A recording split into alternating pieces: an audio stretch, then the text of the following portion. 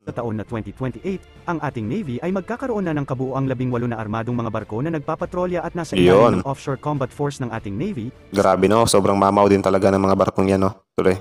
Sa 18 na barkong ito ay kasama na dito ang mga frigates, corvette, at patrol vessel ng ating Navy. Hala, nag-YouTube ka, siguro ay wala kang kasama. Like, subscribe kung need mo ng kasama. It's Francis. Pala, tara. So ayun, kumustas mga idolos? Ganito na daw pala kalakas ang ating hukbong dagat sa Pilipinas sa pagdating ng taong 2028. So ayun, grabe no, 2028 pa, sobrang tagal pa. Pero yun, tignan na lang natin kung gaano nga ba kalalakas ng ating Pilipinas sa hukbong dagat kung sakaling dumating na yung 2028. Mula ito kay Army Mechanics and Defense. So ayun, sa mga subscriber natin dyan at sa mga viewers natin, inaanyayahan ko kayo na i-subscribe nyo rin si Army Mechanics and Defense kasi sobrang solid din ang mga content niyan. Tapos yun, ilalagay ko na lang yung links ng description niya. Ilalagay ko na lang yung link niya sa description below. Tapos puntahan nyo yan pagkatapos yung panoorin yung video ito. At yun, kung trip nyo naman ang mga ganitong mga reaction video, may kasama kayong manood na maingay, tatawa, manggigil, or whatsoever, subscribe nyo rin Francis Daily and don't forget to click the notification bell tapos i-like nyo na rin yung video ito para lagi kayong updated at maano tayo ni YouTube, di ba? Para marami din makakita sa video natin ito. Tapos yun, about nga sa usaping mga China WSPs. So yun, about nga ito sa usapin sa ating depensa, no? So yun, excited na rin akong malaman kung mag-upgrade nga ba tayo sa 2028 pero yun, tignan na lang natin sa video ito. Don't forget to subscribe ha, Army Mechanics and Defense. Then, di na natin ito patatagalin pa, baka agawin ng China. Tuloy.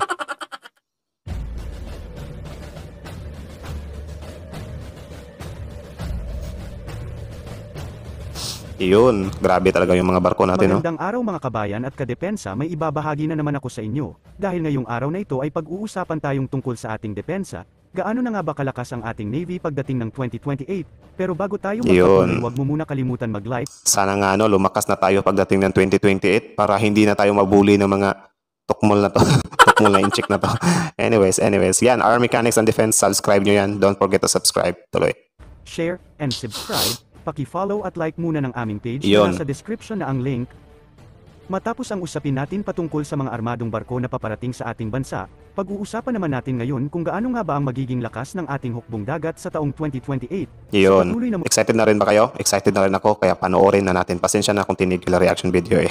Tuloy. Modernisasyon ng ating Armed Forces of the Philippines, tuloy-tuloy pa rin ang pagbili ng ating mga bagong kagamitan. Kaya hindi malabong madagdagan pa nga ang bilang at puwersa ng ating hukbong dagat pagdating ng 2028. Sa aking pagsasaliksik kapag nakumpleto na ng ating Navy ang mga binili nating mga barko sa ibang bansa, ay tataas ang ating lakas pagdating sa ranggo sa buong mundo ng mga Navy. Yun. Dahil mas lalawak ang ating kapasidad sa mga gawaing pandagat at mas may kakayahan na ang Teka lang, sobrang ng ilong ko eh. Tamar. So ayun, malaking tulong din kasi yun yung tumaas yung ranggo natin pagdating sa mga depensa ng halimbawa hukbong dagat natin kasi magkakaroon ng hint yung kalaban ba na di natin to kaya kasi sobrang laki ng mga depensa nila. Yan din yung ginagawa ng ibang bansa guys, like pinapakita or binobroadcast talaga nila sa buong mundo kung gaano sila kalakas para hindi sila gaano bulihin at para naman maipakita nila na malalakas kami men, parang gumaganon-ganon sila ba, munta nga sila. Navy na maaksyonan ang mga kakulangan natin sa pagpapatrolya ngayon. Tama. Ang ating Philippine Navy ay may tinatawag na Offshore Combat Force kung saan kasama sa mga ito ang mga barkong pandigma natin at iba pang armadong barko na ginagamit sa pagpapatrolya. Yun. Sa taon na 2028, ang ating Navy ay magkakaroon na ng kabuuang 18 na armadong mga barko na nagpapatrolya at nasa ilalim ng Offshore Combat Force ng ating Navy. Grabe no, sobrang mamaw din talaga ng mga barkong yan no. Tuloy.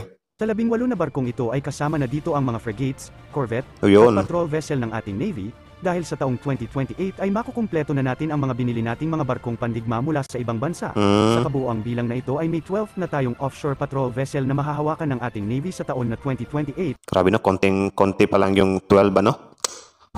Paano kaya tayo mananalo sa China niyan? Pero yun, sana nga mas dumami pa. Paabutin na natin 200, 300. Di man din parang may pera eh. Tuloy.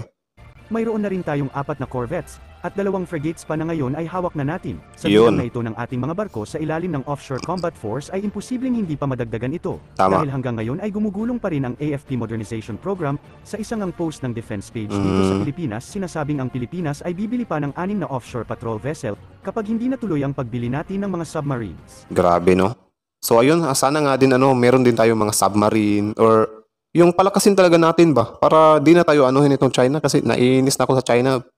Magka-hire na talaga ako ng mga manananggal nito.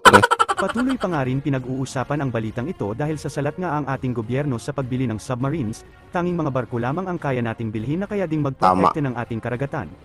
Mahal din kasi yung submarine eh. Tuloy. Kapag nakabili naman tayo ng submarines, ilalagay rin ito sa ilalim ng Offshore Combat Force ng ating Philippine Navy. Sa ngayon 18 na barko pa lamang ang kumpirmadong mahahawakan ng ating Navy sa ilalim ng Offshore Combat Force sa taon na 2028, malaki pa rin ang tsansa na tumaas pa ang bilang ng mga barkong nasa ilalim ng Offshore Combat Force ng Navy. Dahil balak pa nga rin ng ating AFP na ipagpatuloy pa rin ang modernization ng ating AFP kahit na matapos na ang huling horizon nito. Tama. Ang AFP Modernization Program ay may 3 horizon lamang. Horizon 1 na sa Dapat din talaga nating palakasin kasi yung Navy natin guys eh. Kasi malaki din ang tulong nila. Especially dyan sa West Philippine Sea na doon talaga yung sentro ng gulo, di ba? Tuloy.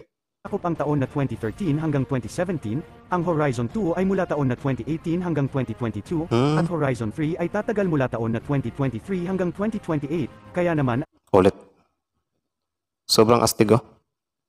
Sobrang dami, di ba? Well, kahit naman siguro may mas malalakas pa dito, at least na lang meron tayong mga ganito, di ba? Kesa naman sa wala, nakatunganga lang tayo.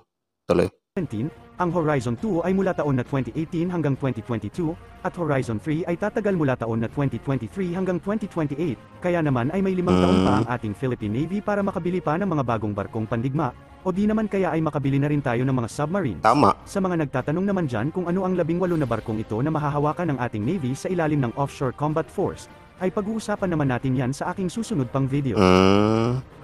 So nabitin pala tayo dito ano. So ayun, hanggang dito na lang muna kasi dudugtungan niya pa daw to. So ayun, subscribe nyo Army Mechanics and Defense. So ayun, kahit na mababa nga lang ang bilang na yan kumpara sa ibang bansa ano, ay mas mabuti na rin yun na meron tayong mga ganyan para naman meron tayong panlaban, di ba? Kung sakaling magkakaroon man ng mga bangayan or digmaan or whatsoever. Tapos yun nga, sana nga magkaroon din tayo ng mga submarines ano, at iba pang mga mas high-tech pa na kagamitan dyan para sa ating mga hukbong dagat, di ba? Kasi needed talaga nila yan, guys. Tapos para naman may ano naman tayo sa buong mundo, di ba, na kaya din natin. Siguro kung paglalaanan lang talaga yan, posible naman eh. Pero yun nga, it takes time kasi sobrang liit lang ng Pilipinas, guys. Tapos marami pa tayong mga korap na politiko dito. Oops, issue! Marami naman talaga tayong korap na politiko. Di naman talaga natin yan, ano, kasi hindi naman talaga mawawala yung mga yan, di ba? But anyways, sana nga lang mas lumakas pa ang ating hukbong dagat, ano?